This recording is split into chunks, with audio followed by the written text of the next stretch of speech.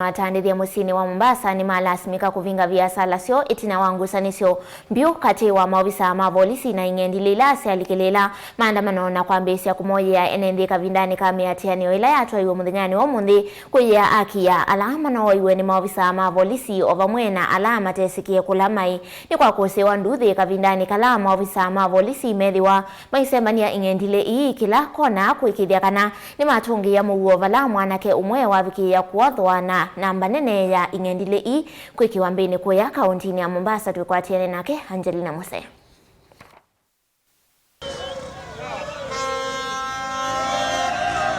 Maandamano kwambiisya nesa masaani makioka kavindani kala veina muguo amwika maithiuka va kauntini ya Mombasa makwiyia kia amwika ala manatiwe ni thayo na ala matesikiiye vala mai ovamwe na namba nene ala manakwatie mayumisye masaani mavuthu makundi ma kiung'endile syalikiila na kwambiisya kumoyia enenthi.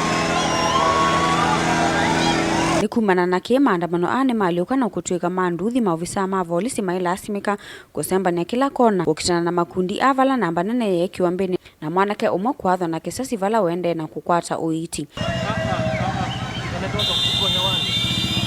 Ona uyo va Atandithya nimalasimika kuvinga viasala syoo itina wa ing'endile ii na ila siyo vetinamiyo mbai kwithiwa imawia undu ula wavikiie kuvalania maandamano kwa vanene. We've witnessed a lot of youth who have come out largely to protest peacefully, and they started on so well until when we reached at a roundabout where other youth joined in, and when they joined in they started looting shops, they started snatching things from people, and that completely destroyed everything. We've also noticed that the police were attacked with stones that led them to also shoot one of the youth who was rushed to the hospital.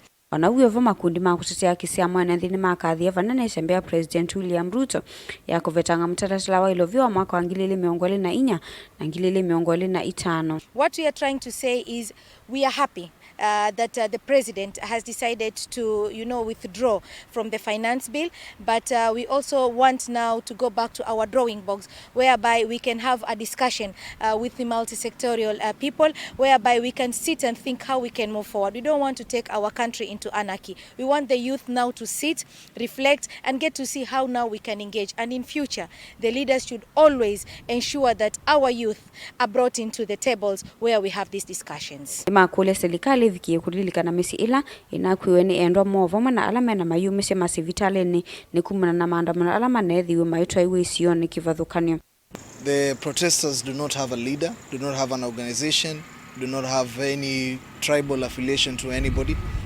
But one thing we must say now is that the people's voice has been heard, and yesterday's the president conceding that he has been able to agree with the people's issues. I think it's an important factor, and for now we are calling for constructive dialogue, accountability for the people that have actually been killed during this protest.